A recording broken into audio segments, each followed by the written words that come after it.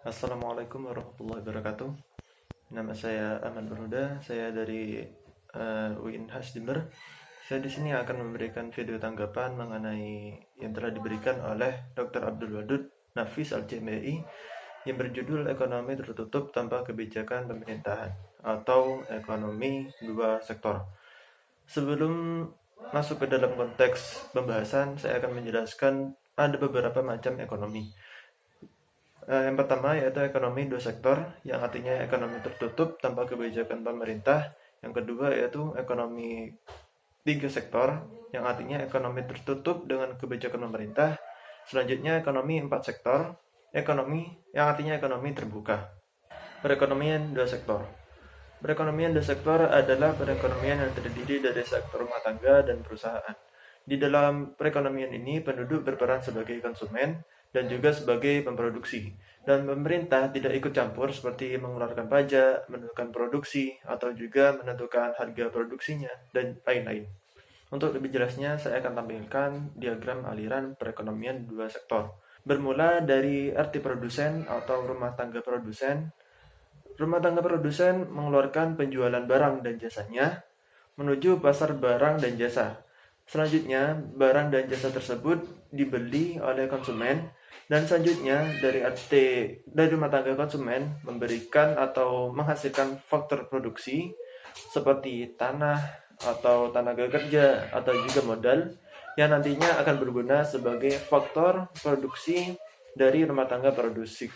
Dan dari alur sebaliknya, yaitu dari rumah tangga produsen memberikan upah kepada tenaga kerja, kepada rumah tangga konsumen, atau menyewa tanah konsumen, atau memberikan bunga, atau juga memberikan profit dari modal yang ditanam kepada konsumen. Setelah itu, rumah tangga konsumen mengeluarkan uangnya kembali untuk membeli barang atau jasa yang diterima oleh rumah tangga produksi. Dan seperti itu seterusnya. Pembahasan selanjutnya yaitu hubungan konsumsi dan pendapatan. Pendapatan rumah tangga adalah faktor terpenting untuk menentukan tingkat pengeluaran. Jadi ketika rumah tangga tidak memiliki pendapatan, maka rumah tangga hanya mengkonsumsi untuk memenuhi kebutuhan saja. Tapi ketika memiliki pendapatan, maka konsumsi akan menaik. Semakin pendapatan bertambah, maka konsumsi pun juga ikut naik, hingga pada suatu titik pada rumah tangga mengalami keseimbangan antara pendapatan dengan konsumsi. Setelah itu, bila pendapatan bertambah, konsumsi juga ikut bertambah, tapi masih ada sisa pendapatan untuk dapat ditabung. Selanjutnya yaitu kecenderungan mengkonsumsi. Kecenderungan mengkonsumsi marginal atau MPC merupakan perbandingan di antara pertambahan konsumsi delta C yang dilakukan dengan pertambahan disposable income atau delta ID yang diperoleh. Rumusnya yaitu MPC sama dengan delta C per AYD. Yang kedua yaitu kecenderungan mengkonsumsi rata-rata APC. Kecenderungan mengkonsumsi rata-rata atau APC merupakan perbandingan antara tingkat konsumsi atau C dengan tingkat disposable income atau YD, yang rumusnya APC sama dengan C per YD. Selanjutnya yaitu kecenderungan menabung. Kecenderungan menabung marginal atau MPS merupakan perbandingan antara pertambahan tabungan AS dengan pertambahan disposable income atau delta YD, yang dalam rumusnya yaitu MPS sama dengan delta S per delta YD. Selanjutnya yaitu kecenderungan menabung rata-rata.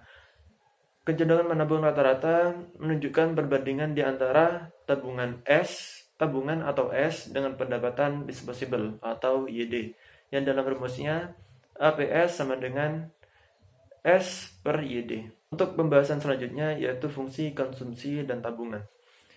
Fungsi konsumsi yaitu suatu fungsi yang menggambarkan sifat hubungan antara tingkat konsumsi rumah tangga dalam perekonomian dengan pendapatan nasional atau pendapatan disposable.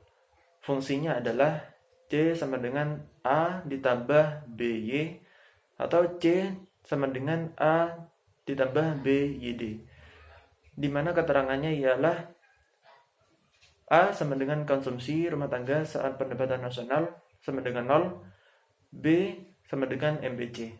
Fungsi tabungan. Fungsi tabungan yaitu suatu fungsi yang menunjukkan sifat hubungan antara tingkat tabungan RT dalam perekonomian dengan pendapatan nasional atau pendapatan disposable. Fungsi tabungannya ialah S sama dengan min A ditambah dalam kurung 1 kurangi B tutup kurung Y.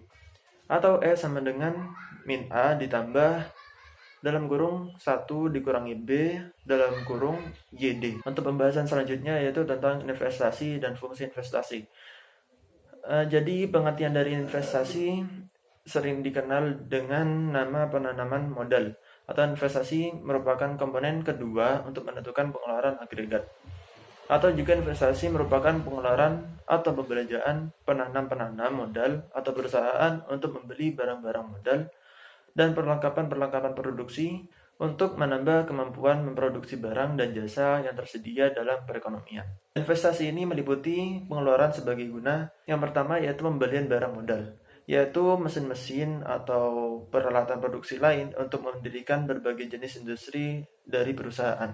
Yang kedua yaitu penggantian barang-barang modal yang telah diapresiasi. Yang ketiga yaitu pengeluaran untuk bangunan kantor, pabrik, dan lain-lain. Yang keempat, pertambahan nilai stok barang yang belum terjual. Jumlah investasi tersebut disebut investasi bruto. Sedangkan investasi neto dapat diartikan dengan investasi bruto dikurangi depresiasi. Selanjutnya yaitu faktor penentu investasi. Yang pertama yaitu tingkat keuntungan yang diramalkan atau diprediksi akan diperoleh. Yang kedua yaitu suku bunga. Yang ketiga ramalan atau prediksian mengenai keadaan ekonomi di masa depan. Yang keempat yaitu kemajuan teknologi. Yang kelima tingkat pendapatan nasional dan perubahannya.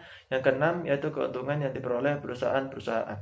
Yang kedua yaitu fungsi investasi. Fungsi investasi merupakan fungsi yang menunjukkan hubungan antara tingkat investasi dan tingkat pendapatan nasional. Fungsi investasi ini dibagi menjadi dua, yaitu fungsi investasi otonomi, yaitu merupakan investasi yang besarnya tetap atau jenis investasi yang tidak terpengaruh dengan besar pendapatan.